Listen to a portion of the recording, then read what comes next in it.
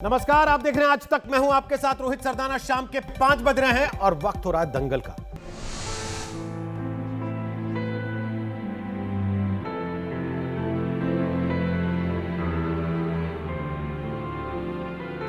देश की धड़कनों के साथ जुड़ी हुई ये आवाज खामोश हो गई। नमस्कार, आप देख रहे हैं आज तक। मैं हूं आपके साथ रोहित सरदाना। शाम के 5 बज रहे हैं और वक्त हो चला है दंगल का। हो गया, सारी वैक्सीन आप ही मांग रही है ना।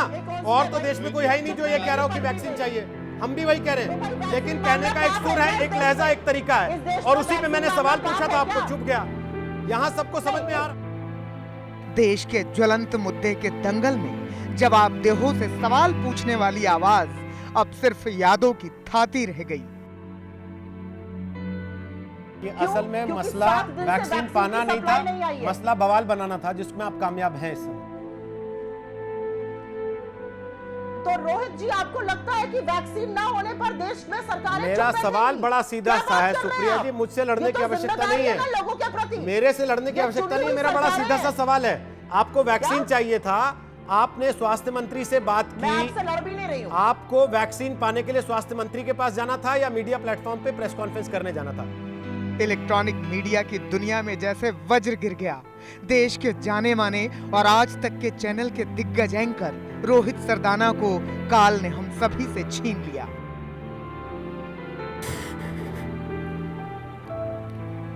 आप लोग दंगल देखते हैं, यही बैठ के वो दंगल करता था। मैं 2:30 बजे जाती थी, वो मेरा रिलीवर।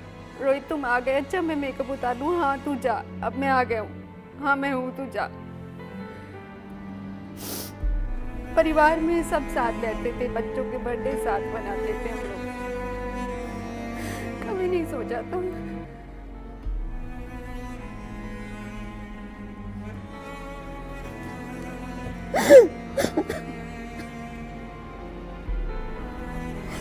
अभी कोई खबर आए। I still believe. हम इतने फोन लेते हैं, मैं किसी को भी फोन करूँ बोले नहीं वो ठीक है, वो आ जाएगा वापस। इस दर्द की कोई इंतहा नहीं है। जिस साथी के साथ घंटों बातें होती रही हो, जिसका मुस्कुराता चेहरा आंखों के सामने नाचता रहा हो, हर किसी के सुख दुख में हमेशा खड़ा रहने वाले किरदार का यूं जाना, साथियों का कलेजा फट रहा है ये सोचते हुए, ये बोलते हुए कि रोहित सरदाना अब नहीं रहे। कल रात तक उनकी तबीयत ठीक थी। 10:30-11 बजे तक उनकी वाइफ उनके साथ थी। रात के 4 बजे अचानक से उनकी तबीयत बिगड़ती है और फिर उनको आईसीयू में शिफ्ट किया जाता है। उसके बाद डॉक्टर्स उनकी सेहत पर नज़र बनाए रखते हैं और फिर दिन के 11-12 बजे के बीच इस तरह की खबर सामने आती है। बहुत मुश्किल है यहाँ पर नवजोत कुछ भी बता पाना, क्योंकि कोरोना के इस काल में इस तरह से बहुत ज़्यादा मुश्किल हो रहा है। सिर्फ 42 साल, ये कोई इस दुनिया से जाने की उम्र थी? अभी तो उड़ान का वक्त था, अभी तो तमाम सपने पूरे होने बाकी थे, अभी कई मंजिलें बाकी थी। घर में पत्नी, 2 छोटी बेटियां, बेटियों के साथ रोहित की तस्वीरें, उनसे जुड़ी यादें साथियों को बेचैन कर रहे हैं। आंसुओं की धार फूट रही है। उनकी 2 छोटी छोटी बच्चियां हैं। हम सब ने देखा कि अपनी बेटियों को लेकर रोहित कितना ज़्यादा पजेसिव, हर पिता अपनी बेटी के साथ होता है, लेकिन उनकी वो तस्वीरें मैं जब देखती थी तब लगता था कि बहुत छोटी बच्चियां हैं। उनके एक हंसता खेलता परिवार। हमेशा एक फोटोग्राफ्स आई थी जिसमें लिखा हुआ था मेरे बेस्ट डैडी, और केक काटता हुआ पूरा परिवार दिखाई दे रहा है। उनकी 2 बच्चियां उनको प्यार करती हुई दिखाई दे रही है। वो बहुत छोटी हैं, वो एपीजे नोएडा में पढ़ती हैं, मेरे बच्चे के साथ में वो पढ़ती हैं। बहुत मुश्किल है उनके दर्द को बता पाना कि वो क्या सोच रही होंगी, उनके ऊपर क्या गुजर रही होगी। उनको तो इतनी समझ भी नहीं है। जो छोटी बच्ची है उसको तो इतनी भी समझ नहीं होगी कि पापा के साथ क्या हो गया। मैं इससे पहले कि राजनीतिक सवाल पूछता, आपने खुद ही उसमें राजनीति ला दी है। लेकिन उसके पहले मैं एक चीज जानना चाहता हूं। जब आप खुद कह रहे हैं अनुपम खेर इतने पॉजिटिव आदमी है, पिछली बार जब ऐसा विवाद हुआ था तो उन्होंने कह दिया था उनको सलाह दूंगा प्राणायाम कर लें। इस बार ऐसा क्या हो गया? जब आप कह रहे हैं कि नसीरुद्दीन शाह हैबिचुअल ऑफेंडर है, फिर क्यों रिएक्ट किया अनुपम खेर ने? आज तक की बुलंद आवाज थे रोहित सरदाना। रोहित के करोड़ों चाहने वाले थे।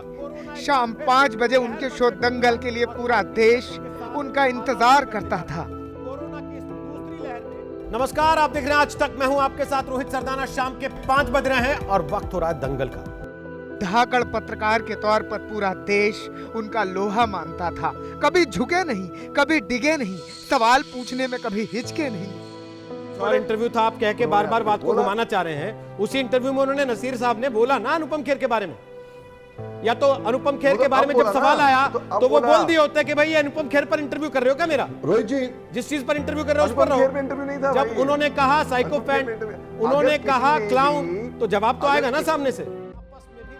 कम से कम शब्दों में, कभी कटाक्ष के रूप में, कभी सीधे सीधे सवालों से वो सबको अपना मुरीद बना लेते थे। अच्छे अच्छों की बोलती बंद कर देते थे। क्या इस देश का कोई व्यक्ति तिरंगा लहराएगा या वंदे मातरम गाएगा, जिसके लिए पहले मना कर देते थे?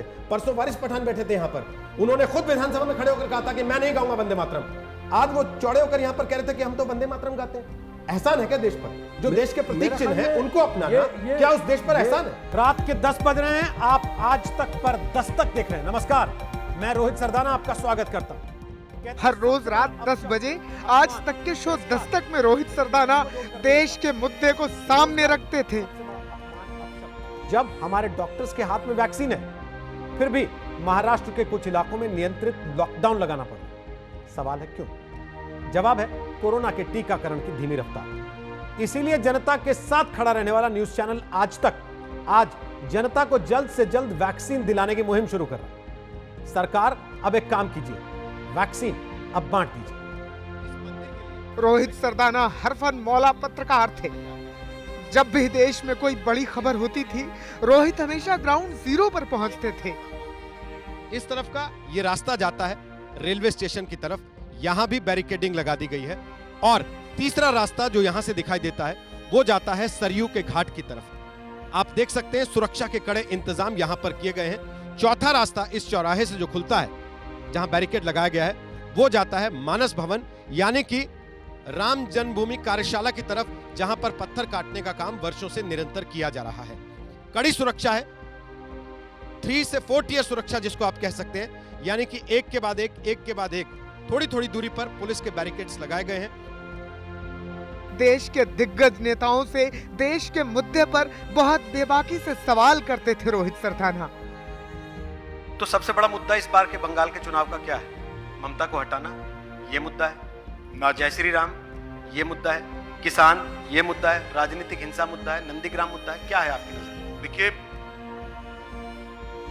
रक्षा मंत्री राजनाथ सिंह असम के एक दिन के दौरे पर हैं। एक दिन में 3 रैलियां हो रही हैं। आज आपको लेकर चलते हैं रक्षा मंत्री राजनाथ सिंह के साथ असम यात्रा के उनके एक दिन के पड़ाव पर, और जानते हैं कि आखिर असम की जनता की उम्मीदें क्या हैं और असम की जनता से भारतीय जनता पार्टी के वादे क्या हैं। क्या आपको लगता है कि रोजगार को लेकर लोगों की उम्मीदें बहुत ज्यादा हैं? आप उसको एड्रेस करने के लिए क्या कर रहे हैं? अपने संकल्प पत्र में क्या ला रहे हैं? महंगाई उनको बहुत चुभ रही है और महंगाई नेताओं के भाषणों से गायब है। उसको एड्रेस करने के लिए क्या कर रही है सरकार? The bronze in the category goes to आज तक रोहित सरदाना, अयोध्या। रोहित सरदाना आज तक की आवाज को बुलंद करते रहे। तमाम पुरस्कार और सम्मान से वो नवाजे जाते रहे। हाल ही में उन्हें ENBA के 3 अवार्ड मिले थे।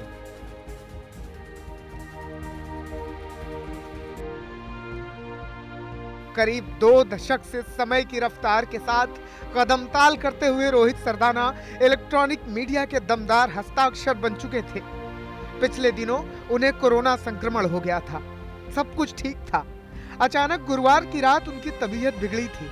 उन्हें नोएडा के मेट्रो अस्पताल ले जाया गया था। गुरुवार दिन में उन्होंने कई कोरोना पीड़ितों को फोन के जरिए मदद भी मुहैया करवाई थी। शुक्रवार की दोपहर अचानक उन्हें हार्ट अटैक आया था। इसके बाद कुछ कहने और सुनने को नहीं रह गया। रोहित सरदाना इस दुनिया में नहीं रहे। इस खबर से आज तक के साथियों पर तो जैसे गमों का पहाड़ टूट पड़ा।